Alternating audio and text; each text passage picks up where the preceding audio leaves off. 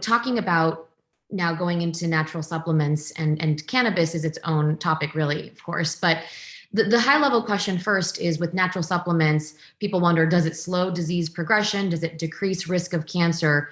If we could start off with that. Well, it's interesting that in the American Institute for Cancer Research, World Cancer Research Fund guidelines, one of the guidelines says don't use supplements to prevent cancer. And it turns out that whenever we've looked particularly at vitamins as a possible ability and their possible ability to decrease the risk of cancer, not only have they not worked, but sometimes they've made the situation worse. For example, there was a concern that vitamin A, or beta carotene, a vitamin A precursor, may decrease the risk of lung cancer in people who smoke cigarettes.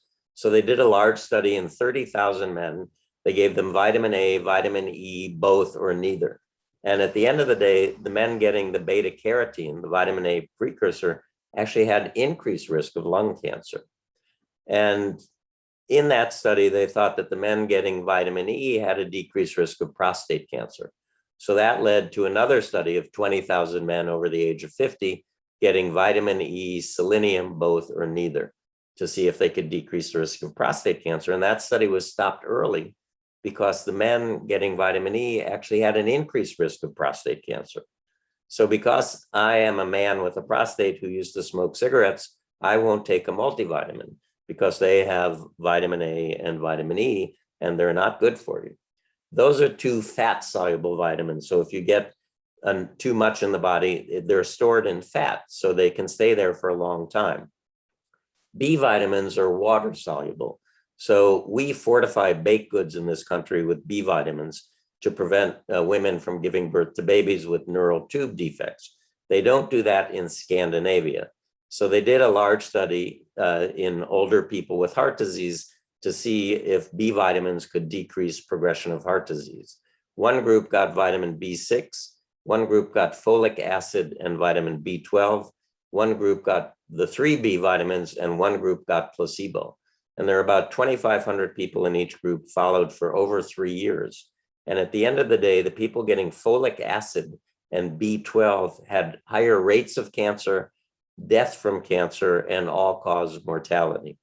And that's a water-soluble vitamin, meaning if you take too much, you're just going to pee it out. And I think the bad actor there is the folic acid, which is synthetic folate, which is what we get from foliage or green leafy vegetables. And I think folic acid allows cancer cells to continue to divide and become more aggressive. So the only vitamin that I like as a vitamin supplement is vitamin D, which comes from the sun and which most of us are actually deficient in because our dermatology friends tell us to avoid the sun, or if we go out, to put on all those SPF products.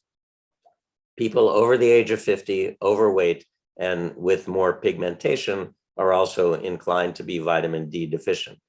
I think vitamin D is important for our immunity. We talk about flu season as if there's a bank of viruses waiting off the coast to come in November. Well, it turns out we as a herd become vitamin D deficient, and that's what allows us to be susceptible to viruses. In fact, even Tony Fauci is now saying vitamin D may help protect us from COVID. So I measure vitamin D levels and try to bring them up to normal, because people with low vitamin D levels are at greater risk for cancer, and people with cancer, including lymphomas, with lower vitamin D levels don't do as well as people whose vitamin D levels are normal. So with regards to the vitamins, I like vitamin D. In addition, I like omega-3 fatty acids. For people over the age of 50, I like calcium and magnesium for bone health.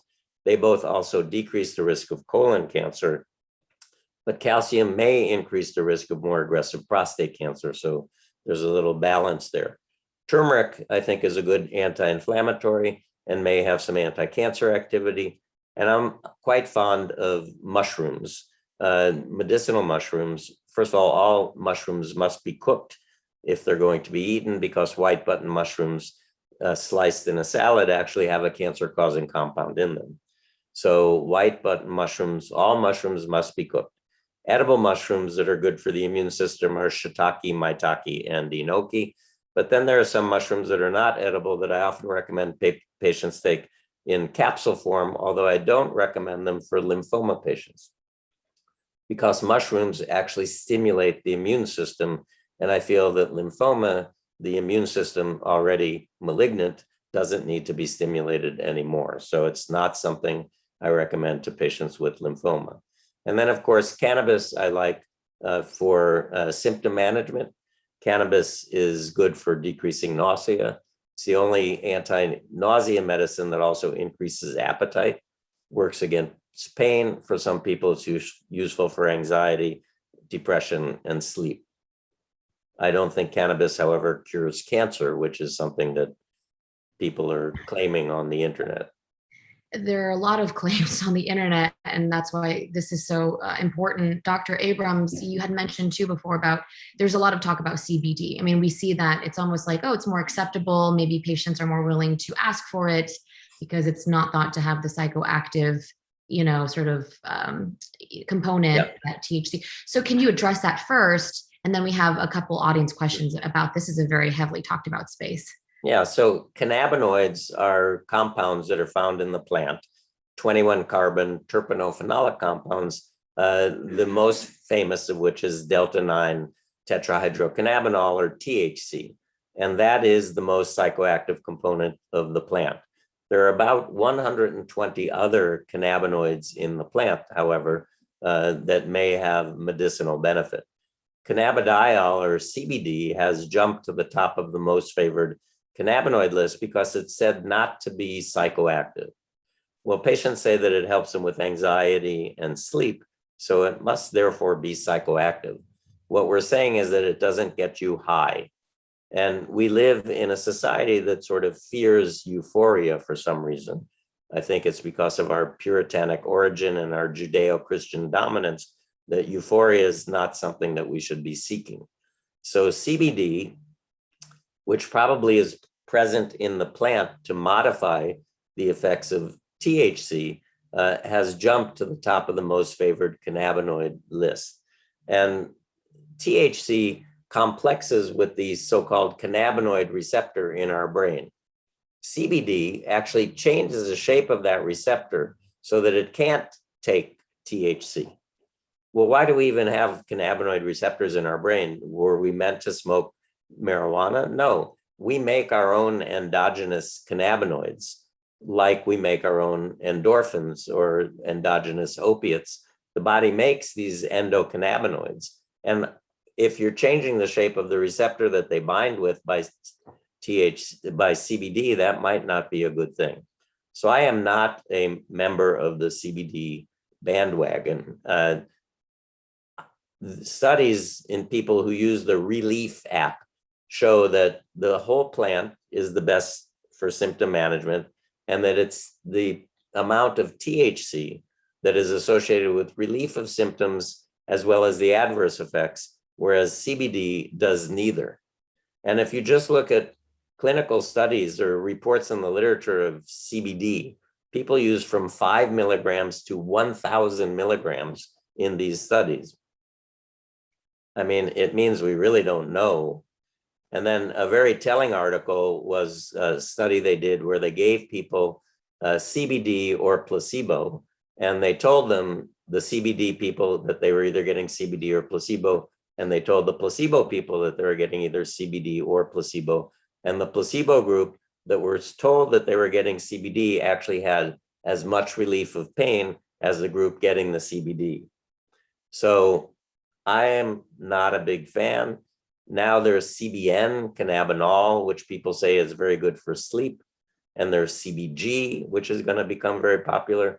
And there's delta-8 THC, which is flooding the market as well, which happens to be psychoactive. So that's creating a little bit more confusion in the regulatory space as to, how that should be handled. I believe the plant is the medicine, and I like THC as the main component of it. Thank you for that.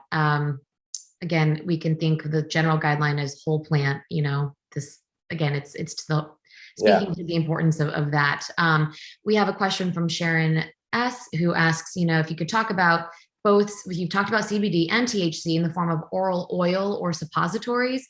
Also maybe for breast cancer, for hormone positive, triple negative. She's heard not to use THC for hormone receptor positive cancer, but she's also seen people claiming to have had success with it. Yeah, So, I again, just like I said about soy, which is the most potent plant estrogen, if people are fearful that cannabis is a phytoestrogen, it's much weaker than a woman's own estrogen. And I've never dissuaded my patients with estrogen receptor positive breast cancer not to use cannabis. In fact, one of my patients was just on a Nova special last week, saying that she could not have tolerated her chemotherapy and her pain without inhaling cannabis. So cannabis, delta-9 THC anyway, is metabolized differently when it's inhaled versus when it's eaten. So when you inhale THC, it reaches a peak concentration in the plasma in 2.5 minutes and then dissipates quite rapidly thereafter. When you take it by mouth, as in edible, for example, it takes 2.5 hours to reach a much lower peak concentration. And when you take the delta-9 THC by mouth, when it goes through the liver in the so-called first pass metabolism, it gets broken down into an even more psychoactive 11-hydroxy THC. And that's why people eating edibles get more zonked. I always tell people, if you want better control over the onset, the depth, and the duration of the effect, inhalation is probably better than oral ingestion. First of all, people eating edibles or gummies, what are they made out of? Sugar. I'm not a big fan of sugar. When I say inhalation, I like a bong, a cigarette, or a vaporizer. I don't like vaping oil. I don't think we're meant to inhale oils into our lungs. I know the long-term effects of inhaling a plant, but I don't know what the long-term effects of inhaling an oil are. Tinctures or oils in the mouth, when you put something liquid in your mouth, you immediately absorb some from under the tongue, which sort of reproduces the inhalation kinetics, and then you swallow the rest, so you reproduce the oral ingestion. So I think oils or tinctures are a good hybrid to give you quick onset and then a more prolonged duration. Mahmoud El-Souleh, who grows cannabis for the government that's used in all the research, does not believe that cannabis and delta-9 THC, and particularly, can be absorbed rectally. However, I do have patients who make their own suppositories out of coconut oil who say, yeah, it sure is absorbed rectally. So I think we don't know yet enough about suppositories, but they do seem to be effective from patients that I've spoken with. That's great color from the experience that you have in real life. I do have questions too from people about probiotics. So if you could address probiotics in the space of cancer treatment and help with side effects. Yeah, so probiotics, I think, are a good thing. There are prebiotics in some foods and probiotics in other foods, but for people that have had chemotherapy, I consider that to be a potent antibiotic because it's wiping out the cancer, but probably also some bacteria in our colon, and the microbiome is felt to be very important. So I recommend to patients who have recently had or are having chemotherapy that taking a refrigerated probiotic that includes the bacteria lactobacillus and bifidobacterium might be a good thing. Again, I prefer a refrigerated probiotic, and I like it to have those two bacteria. Now, interestingly, there is some research that suggests that people who take a probiotic don't do as well if they get treated with one of the new immunotherapies that are really being widely used nowadays. Why that is a little bit unclear to me, but that's something that I think people need to be aware of if there's a potential for use of an immunotherapy somewhere down the line. That was actually something that had come up before with some of the pre-submitted questions. I mean, there's so many new treatments coming out with precision medicine, with immunotherapy, targeted therapy, and new drugs and combinations. So what you're saying is there obviously still has to be time to really figure out how things are interacting. Where should people go to, get those updates?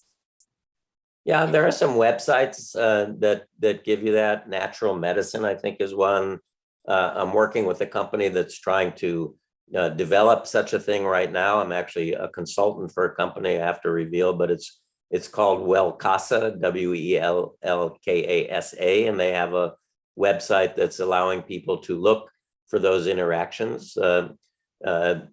Might be useful. Again, I have to disclose that I'm on their, I have stock they gave me and some money. So, but they're just starting up, and I'm helping to guide them. And I think it will be a very useful, user-friendly service for patients and their families.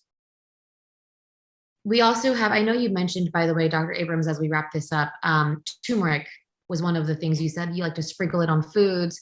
One question from Jessica B is, turmeric can interact with some medications and chemotherapy. Do you have a good resource for interactions? Yeah, again, I just yesterday on my call with Wellkasa, I put in turmeric and tamoxifen, for example, because I hear that a lot.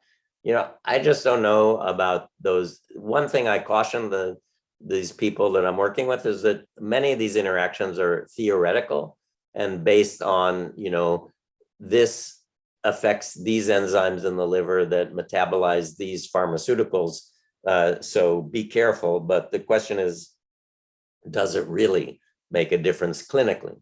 And I'll tell you a little story that turmeric, the way it works really is that it doesn't get absorbed from the stomach very well. So it makes its way down to the colon.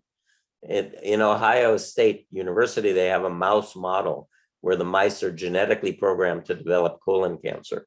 And if they fed them a turmeric-enriched diet, not only did they not develop colon cancer, but they survived longer than the control animals. And that's because turmeric gets all the way down into the colon where it can do local protection from cancer. If you want turmeric to get more of an anti-inflammatory systemic effect, it needs to be modified so that it can be absorbed, or it needs to be taken with piperine, which is a component of black pepper. So I asked one of my colleagues what I should take for my arthritis because it was very hot, red, tender, and swollen, i.e. inflamed. So he told me to take a turmeric product that included black pepper. And I mentioned that to a naturopath friend of mine, and she said, I would be careful because the black pepper is going to increase the absorption of everything else in your stomach 1,000-fold. So I only take 2 prescription medicines, and they're both aimed at my prostate, and one in the morning and one at night. And I took the turmeric twice a day. And after taking it for 3 days, the heat, swelling, pain, and redness disappeared. But I woke up every night with a headache. And I said, oh my God, do I have a brain tumor? Because, I'm an oncologist and everything is until proven otherwise. And it turned out that the black pepper in the turmeric was increasing the absorption of my prostate medicine, which makes it so that I don't have to get up and pee 4 times a night, but it also lowered my blood pressure to the point where I got headaches.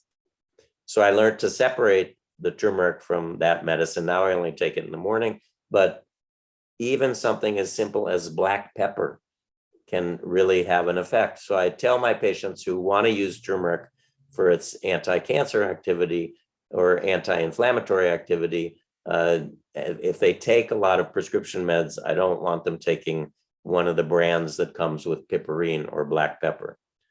Whether or not there are other interactions, radiation therapists tell patients don't take turmeric. Well, studies have shown that turmeric decreases the side effects of the radiation, particularly the skin manifestations. So, okay, that seems like a good thing, but is it decreasing those side effects because it's also decreasing the effectiveness of the radiation therapy? So, again, we haven't done enough randomized placebo-controlled trials to answer these questions about interactions of botanical supplements and cancer therapies to really know for sure what to say. I think this is a huge point about, dose and everything in moderation. You had mentioned in a past talk, you quoted the saying of the difference between a remedy and a poison, right?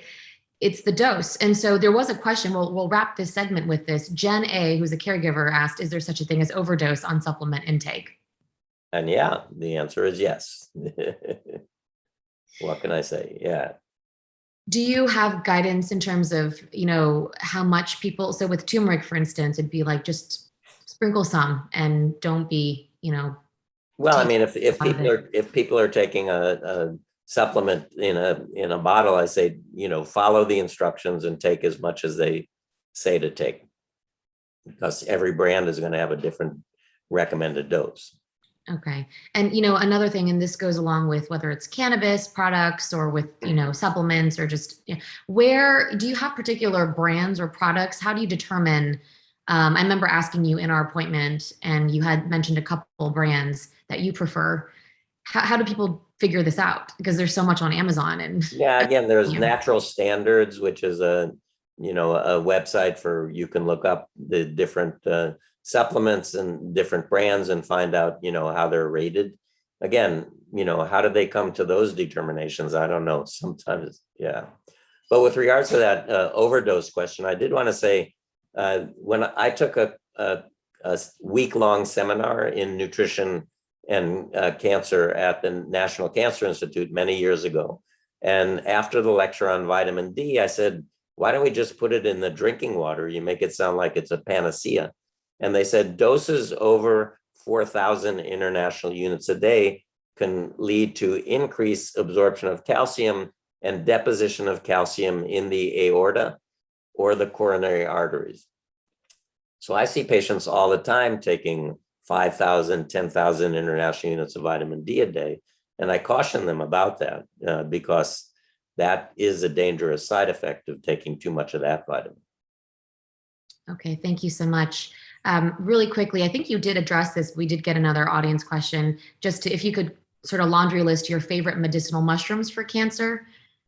Again, I don't recommend medicinal mushrooms for people with lymphoma or other lymphoproliferative malignancies, or for patients who are on the new immunotherapies. And that's because the mushrooms work by their cell wall resembles the cell wall of a bacterium.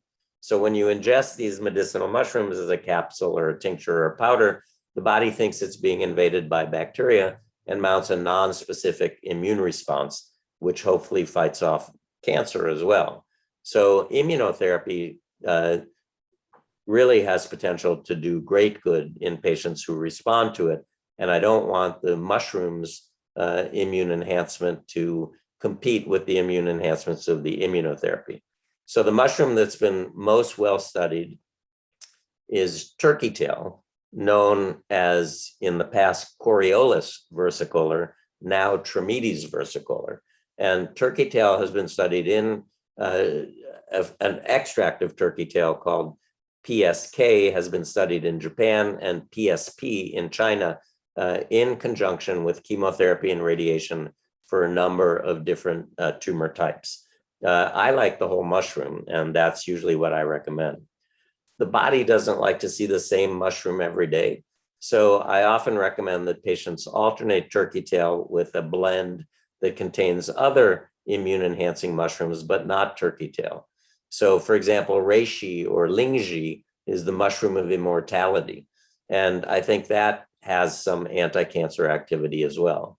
Shiitake does. There are other mushrooms that I think are useful for other medical indications. Cordyceps sinensis is a fungus that parasitizes a caterpillar that lives in the Tibetan highland. And the 1980 Chinese women relay team broke all sorts of land speed records by taking only cordyceps. It's oxygenating and energizing. So for people that are a little bit low in energy, I often recommend cordyceps. Lion's mane, which is an edible mushroom, has also become popular recently because it may be involved in enhancing brain-derived nerve growth factor. So for people who have neuropathy from their chemotherapy or who are suffering from chemobrain, I often recommend taking lion's mane or a preparation that includes lion's mane. So those are pretty much my favorite mushrooms that I recommend.